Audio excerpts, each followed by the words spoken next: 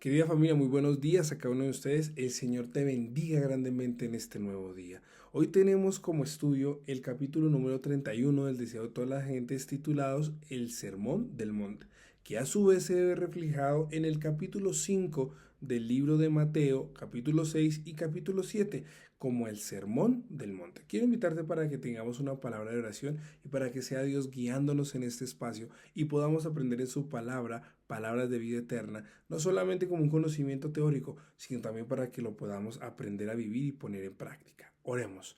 Padre bueno, te damos gracias por este momento.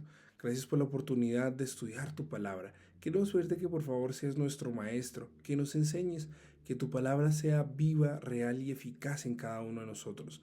Que todo lo que estudiemos podamos ponerlo en práctica y vivir conforme a tu voluntad. Lo pedimos, Señor, en nombre de tu Hijo amado Cristo Jesús. Amén y amén. Querida familia, tenemos entonces para esta mañana el capítulo 5, capítulo 6 y capítulo 7 del libro de Mateo.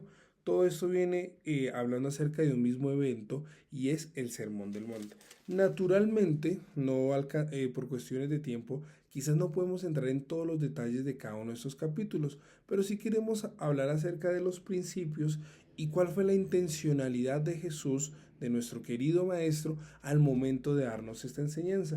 Lo primero es que todo esto empieza de la siguiente manera, capítulo 5 del libro de Mateo, versículo 1. Viendo la multitud, subió al monte y se sentó. Se le acercaron sus discípulos y él abriendo su boca les enseñaba diciendo. Jesús lo primero que hace es tomar una posición de maestro. Muchas veces los maestros venían a enseñarles a cada uno de sus discípulos. Jesús en primera instancia quiere enseñar a sus discípulos, quiere capacitarlos en cuanto a la esencia de lo que es el reino de los cielos. Sin embargo, Jesús también conoce que hay otros tipos de personas. Habían diferentes tipos de personas. Habían los discípulos que de alguna otra manera buscaban estar siempre cercano a Jesús. Venían personas que quizás muchas veces no venían a aprender de lo que Jesús quería enseñar para sus vidas, sino que buscaban una manera de quizás ver algún tipo de error para poder acusar a Jesús, que eran los escribas y fariseos. Pero también había todo tipo de personas. Habían personas que necesitaban y anhelaban ese mensaje, lo buscaban con desesperación, personas que querían vivir una vida diferente y encontrar en Jesús ese maestro. Vemos diferentes tipos de personas y dice que a todos ellos Jesús quiso enseñar, subió al monte.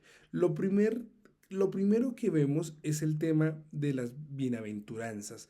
Jesús nos quiere enseñar el verdadero propósito de la felicidad. La palabra bienaventuranza es gozosos, dichosos, pero no es una felicidad momentánea, sino que es un gozo que tiene un sustento. Ese gozo se sustenta en el hecho de saber que Dios tiene el control de nuestras vidas y nos sustenta al saber cómo debemos relacionarnos con Dios o lo que Dios pide realmente de nosotros para ser realmente felices. Entonces empieza diciendo, bienaventurados los pobres en espíritu. Quizás estas bienaventuranzas, aunque empiezan con un deseo de gozo, de paz, de felicidad, pareciera que cuando Jesús da la enseñanza contradiciera un poco la primera palabra, ¿no? Porque muchas veces tenemos un concepto en esta vida de lo que es ser feliz, de lo que es ser gozoso. Muchas veces nos han enseñado que para ser felices en esta vida, para tener alegría, felicidad, pues tenemos que tener ciertas cosas. Pero Jesús nos está hablando de una palabra mayor. Bienaventuranza tiene que ver con un gozo que permanece aún por encima de las circunstancias. Jesús nos quiere enseñar verdaderamente qué es lo que necesitamos para ser felices en esta vida. Por eso es que empieza bienaventurados. Claro, este mensaje es maravilloso, es bien recibido, pero quizá la otra parte ya no está bien recibida. Los pobres. Muchos se podrían preguntar, bueno, pero qué pobre es bienaventurado. Aquí Jesús no está hablando de riquezas materiales, sino que el énfasis está en las riquezas espirituales. Dice, bienaventurados los pobres en espíritu, porque de ellos es el reino de los cielos. ¿Qué significa esto? Bienaventurados los que no encuentran en sí mismo una justicia, que no creen que por sus propios méritos pueden ser salvos, pueden alcanzar una riqueza espiritual, sino aquellos que se consideran débiles, aquellos que considerándose pecadores, eh, buscan ese reino de Dios, eh, reconocen que necesitan del Salvador en sus vidas. Bienaventurados los pobres en espíritu, porque de ellos es el reino de los cielos. Cuarto, bienaventurados, versículo 4, bienaventurados los que lloran, porque recibirán consolación. Aquí no está hablando solamente quizás de llorar y lamentarse, ¿no? No es que Jesús diga bienaventurados los que quizás lloran por todo, no, sino que aquí está hablando acerca de bienaventurados los que lloran a través de viendo alguna injusticia, los que quizás quieren servir a Dios y les cuesta, los que se han sentido débiles, quieren hacer lo correcto, pero sufren porque su naturaleza, nuestra naturaleza es contraria a Dios, queremos hacer lo bueno. Dios nos está diciendo bienaventurados los que lloran, porque ellos recibirán consolación. La lucha con el pecado, la lucha con nuestras pasiones, con nuestras dificultades no serán para siempre. Finalmente Dios nos consolará. Versículo 5, bienaventurados los mansos, porque recibirán la tierra por la heredad. Aquí hay algo maravilloso, y es que quizás en el mundo nos dicen que ser manso no es bueno, ¿no? Y lo confundimos quizás con tener un carácter apocado, por dejarnos pasar por encima, pero la palabra de Dios registra dos personas que tuvieron este adjetivo de manso. Solamente lo tuvo Moisés y lo tuvo Jesús. Solamente la Biblia habla acerca de dos personas que hayan sido mansas en toda la Biblia. Mansedumbre es aprender a ser la voluntad de Dios, es aprender un poco de lo que mencionó Juan el Bautista. Es necesario que yo mengüe para que Él crezca dentro de mí y en mí. Así que tenemos que aprender a ser mansos. Dice el versículo 6, bienaventurados los que tienen hambre y sed de justicia, porque serán saciados. Muchas veces en nuestra vida podemos pasar por momentos difíciles y podemos estar esperando que se haga justicia. Jesús nos invita para que no perdamos la esperanza, para que confiemos en Dios, para que nos acercamos en Él al saber que tarde que temprano hará justicia en nuestras vidas. Asimismo, bienaventurados a los misericordiosos, porque alcanzarán misericordia. Este es un punto esencial, una regla clave, y es que todo aquel que recibe, todo aquel que da misericordia, que da ese amor inalterable, recibirá ese amor inalterable. Bienaventurados los de limpio corazón, porque verán a Dios. Jesús nos habla acerca de la importancia de vivir una vida en rectitud, la importancia de que nuestras acciones estén de acuerdo con lo que predicamos. Bienaventurados los que padecen persecución por causa de la justicia, porque ellos es el reino de los cielos. Aquí Jesús nos enseña, nos anima. Quizás ser diferente tiene sus implicaciones. Muchas veces por ser diferentes podemos ser juzgados, podemos ser perseguidos, pero Jesús nos dice, tranquilos, gócese en medio de esa persecución. ¿Pero cómo? Porque yo me gozo en medio de una persecución si la persecución tiene una connotación de algo malo. Jesús nos dice, gócesen, porque recibirán el reino de los cielos.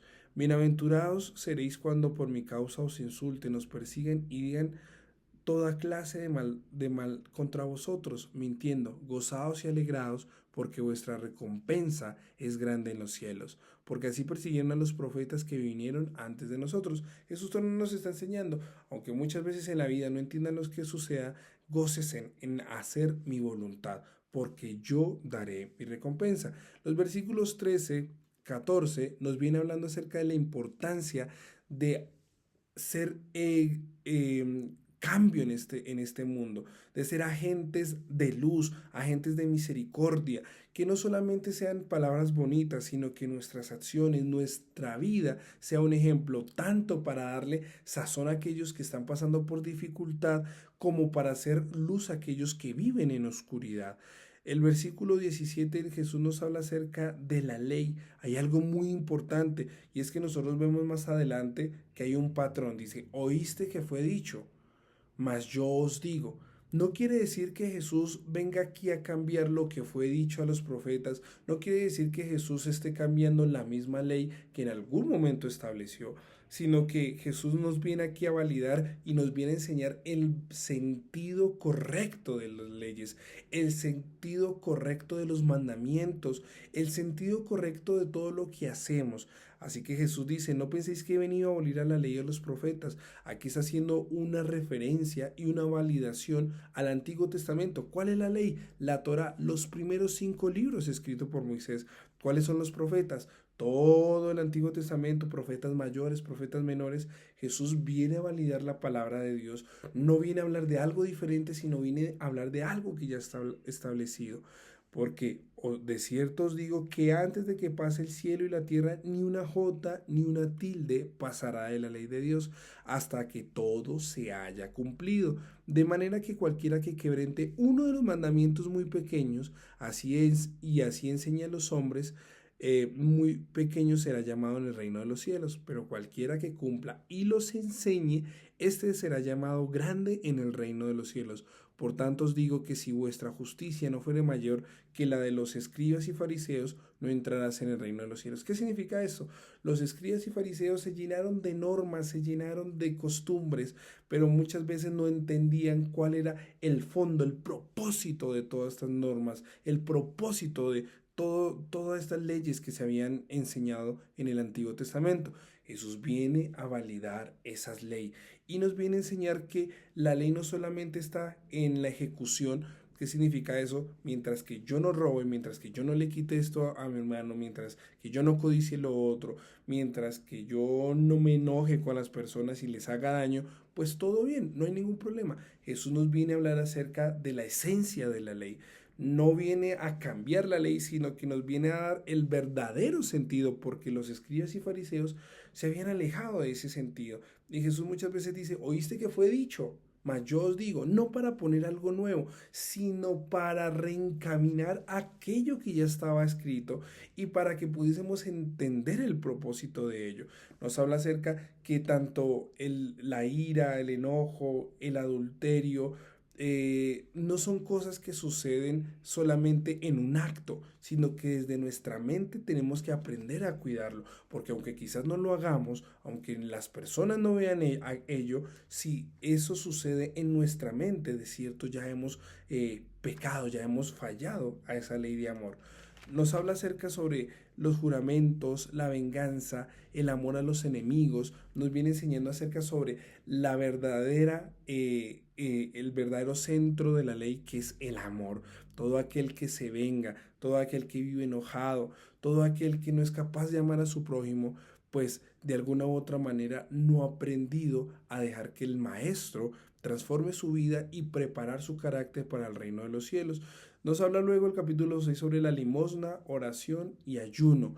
Aquí nos viene hablando acerca de que estas cosas son para nuestro beneficio, son espirituales, tenemos que hacerlas delante de Dios. Hay un patrón en común y es que no tenemos que hacerlo para que las personas nos alaben o para que las personas nos vean, sino delante de Dios. Luego nos habla acerca de las riquezas, la confianza en Dios. Las cosas de esta tierra son buenas, pero no podemos dejar que estas cosas de la tierra sean más importantes que las cosas del cielo. Finalmente nos viene hablando acerca sobre aquello, vivir conforme a estas enseñanzas, dar frutos.